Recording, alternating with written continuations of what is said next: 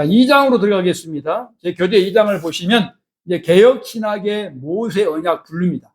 지금 이제 이 챕터에서 우리 여기 저자가 테리 올이 언약을 분류하고 있어요. 그래서 그 언약을 분류를 제가 제 방법으로 저는 이제 조지신학자니까 그 방법으로 좀 구체화 시켜놨습니다. 여기에 중요한 것은 개혁 신학입니다.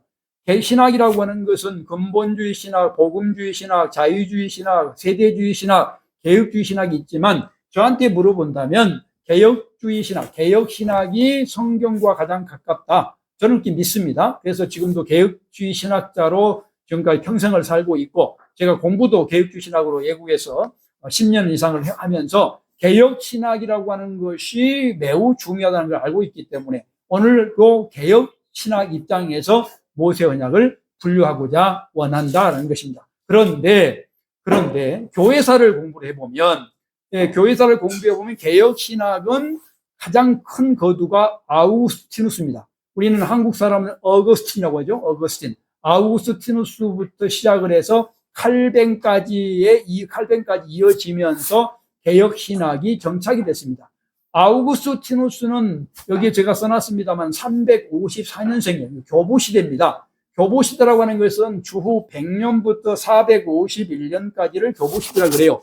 이 교부시대라고 이름을 붙인 이유는 AD 100년이면 그 사도 요한이 죽은 이후잖아요. 사도가 죽고 이들은 사도가 아니지만 사도 역할을 대신한 사람들을 교부라고 그래요. 그 교부의 대표적인 사람이 아우구스티누스라고요. 우리와 개혁주의 신학과 연결해서 그래서 그 전통을 가지고 이어지다가 칼뱅이 1509년생인데 그 종교 개혁 시대에 칼뱅 때의 개혁 신학이 완료가 됩니다. 그래서 소위 말하면 우리는 개혁 신학하면 칼뱅 신학을 말한 거예요. 칼뱅이 하나님처럼 유명하기 때문에 그 말을 쓴 게 아니고 자꾸 목사님은 교수님은 칼뱅 신학을 말합니까? 칼뱅이 하나님입니까? 성경으로 돌아가야죠. 뭐 말 같은 소리 안 하시면 안 됩니다. 그렇게. 그 말이 아니에요. 개혁 신학을 칼뱅이 정립을 했다고요. 그래서 칼뱅이 정립을 했기 때문에 개혁 신학을 칼뱅 신학이라고 말한 거예요. 소위 말하면 캐톨릭을 지금까지 그 당시 중세 시대는 캐톨릭과 개신교가 구분이 없었잖아요. 그런데 그것을 리폼, 개혁을 한 것을 무엇이 개혁됐는가? 라는 교리를 기초 정립, 그 위에 많은 변화가 있었지만 그래도 정립한 사람이 칼뱅이기 때문에 개혁 신학을 칼뱅 신학이라고 말한 거예요. 그러니까 칼뱅이 하나님처럼가 아니라 성경으로 돌아가야지 왜 칼뱅 신학을 말합니까? 말하면 안 된다고요. 칼뱅이 성경과 가장 가까운 정의를 했기 때문에 칼뱅을 개혁주의 신학자, 칼뱅 신학 이렇게 말한다 이 말입니다. 어쨌든 이 아우구스티누스부터 우리는 생각을 해야 돼요. 아우구스티누스의 신학을 칼뱅이 상당히 많이 가져옵니다. 칼뱅을 우리 기독교 강요를 읽어보신 분은 알겠지만 아우구스티누스 신학이 칼뱅에 그리 많이 전수가 되어져요. 그렇기 때문에 개혁주의 신학하면 아우구스티누스 신학, 칼뱅 신학을 말해야 된다라는 것입니다. 이것은 좀 더 설명을 하겠습니다만은 이 개혁 입장에서 보면 아우구스티누스부터 칼뱅을 통해서 보면 의식법, 시민법, 도덕법으로 구분된다고 볼 수 있습니다. 이걸 뒤에가 전번 늘 여러 번 설명을 드렸었는데 오늘은 조금 더 자세하게 설명을 드리겠습니다. 어쨌든 오늘 그러기 위해서는 개혁주의를 이해하기 위해서는 먼저 아우구스티누스를 이해해야 돼요. 아우구스티누스는 354년부터 430년까지 살다 간 훌륭한 신학자입니다. 저에게 평가를 한다면 매우 중요한 신학자. 저 개인적으로 보면 멘토다. 제일 멘토가 아우구스티누스고 그 다음에 칼뱅이다. 뭐 등등 저는 그렇게 생각을 합니다. 근데 그렇게 시작을 합니다. 이 사람을 내가 설명을 오늘 자세하게 해놨어요. 왜냐하면 이런 신학자가 되기까지 어떤 과정을 겪었는가. 왜냐하면 왜 이력을 이렇게 자세히 써놨냐면 우리의 이력은 하나님이 주신 겁니다. 많은 사람들이 이렇게 생각을 해요. 내가 하기까지는 빙글빙글 돌아왔다. 우리는 돌아가지 않아요. 우리가 생각할 때 빙글빙글 돌아간 거예요. 어디 가서 일하다가 저처럼 예를 들면 저처럼 대기업에서 일하다가 그 다음에 그만두고 신학대학원 갔다가 어디 갔다 이렇게 빙글빙글 돈 것처럼 느껴지잖아요. 그건 내 생각이고 하나님은 직선이에요. 모든 것이 하나님의 작정 속에서 그렇게 이루어진 거예요. 그러니까 이력을 보면 뭐를 알 수 있냐면 하나님이 나를 어떻게 인도했는가를 알 수 있는 겁니다. 근데 목적이 있죠. 그렇게 인도한 이유를. 우리가 다르잖아요. 어떤 사람은 어느 대학을 나오고, 어떤 사람은 중학교를 나오고, 어떤 사람은 공과대학을 나오고, 어떤 사람은 법과대학을 나오잖아요. 근데 그건 다르단 말이에요. 다 방향이 다르잖아요. 의과대학 나온 사람이 무슨 뭐 의료 행위를 일반적으로 하지요. 그런데 다른 일을 할 일은 없잖아요. 그러니까 이력을 보면 하나님이 나를 어떻게 인도하셨는가를 아는 거예요. 그래서 지금 이력을 제가 자세히 써놓은 겁니다. 354년 북아프리카 타가스테에서 출생합니다. 북아프리카니까 흑인이 아닌가 생각하는 흑인은 아닙니다. 그 당시에 아프리카는 맞지만은 지중해 쪽 흑인은 백인에 가까워요. 꼭 백인은 아니지만 그 북아프리카 출신이다라는 걸 이해하시면 될 것이고요. 아버지는 이교도입니다. 파트리키우스라는 아버지는 이교도, 하나님을 믿지 않는 사람이었어요. 이스라엘이 아닌 거예요. 그러나 말년에 개종합니다. 아버지가. 아들 덕분이죠. 어머니 모니카는 잘 알고 계시죠?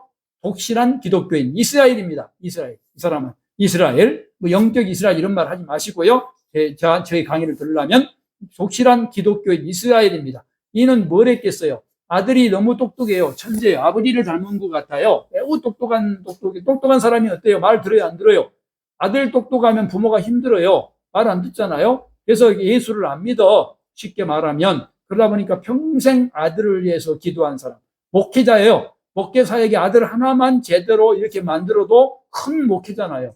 그죠? 뭐 만 명, 100만 명을 모은 것도 중요하지만 한 명에게만 이렇게 훌륭한 의사를 만들고 한 명만 제대로 된 정치가를 만들고 한 명만 제대로 된 학자를 만든다는 것은 대단한 목회란 말이죠. 그래서 아들을 위해서 노력을 합니다. 이렇게. 그리고 아들은 머리가 좋다 보니까 굉장히 많이 공부를 해요.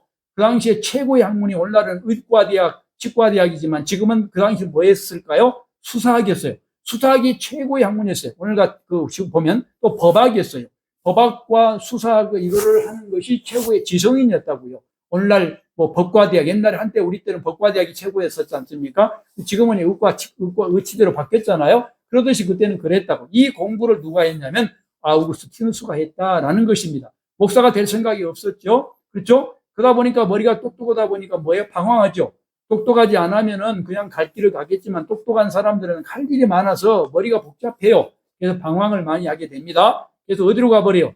방황하다가 기독교 엄마가 믿는 기독교는 안 되겠다 싶어서 오늘날 똑같은 거지 뭐. 기독교가 문제가 있고 하니까 교회에 들어가지 않고 만이교로 들어갑니다. 만이교에 가서 13년을 방황을 하죠. 그죠? 9년을 심취를 합니다. 머리가 좋다 보니까 얼마나 노력을 했겠어요. 근데 만이교가 전하죠. 뭐가 다른가? 물질은 악하고 영혼은 선하다. 한마디로 말하면 육신 속에 영이 들어있는데 들어있는 영이 선한 영을 육신이라는 감옥이 가두고 있다. 그러니까 어떻게 되겠어요?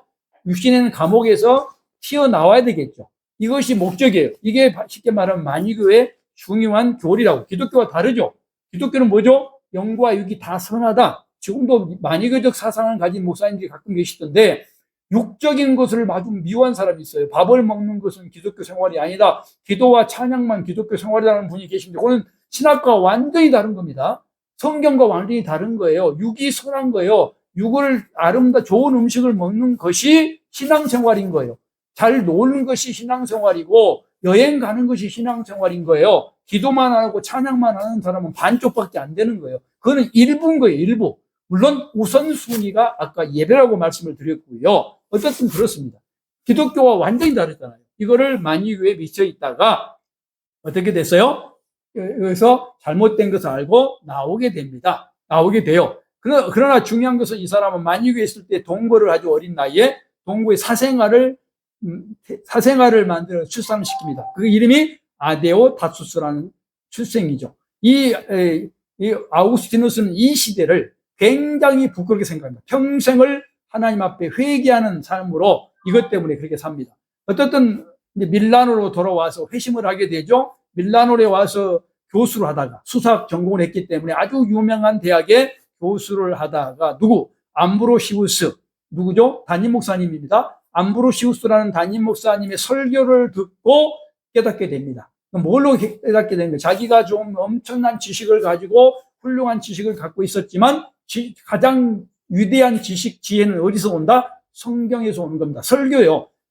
암브로시우스라는 사람이 유명한 사람도 아닌데 이 사람 때문에 어떻게 되는 거예요? 대단한 목회자. 정말로 우리의 지금까지 개혁주의 신학, 교회를 뒤집을 수 있는 엄청난 학자로 발전하게 된 겁니다. 하나님의 방법이겠지만, 그렇죠? 그래서 그런 일이 벌어지게 된 것이죠. 어떤 암브로시우스는 밀라노 감독이었고요. 그 뒤에 서방교회 4대 성인 중에 한 명으로 등록되어 있습니다. 암브로시우스, 어거스틴, 히에로니무스, 그레고리우스 대교황. 그레고리우스는 제1대 교황입니다. 그렇죠? 590년. 그래서 네 사람을 4대 교부 중 한 사람이라고 보는데 이때에 암브로시우스가 유명해진 것은 아우구스티누스의 그런 거예요. 그래서 대단한 역할을 한 사람 때문에 엄청난 역할을 했다. 그런데 놀라운 일이 벌어집니다. 지금 이때 이 밀라노 그 당시에 이제 이분은 수사학을 공부해서 출세를 했다. 오늘 같은 법대를 공부해서 고시 합격하고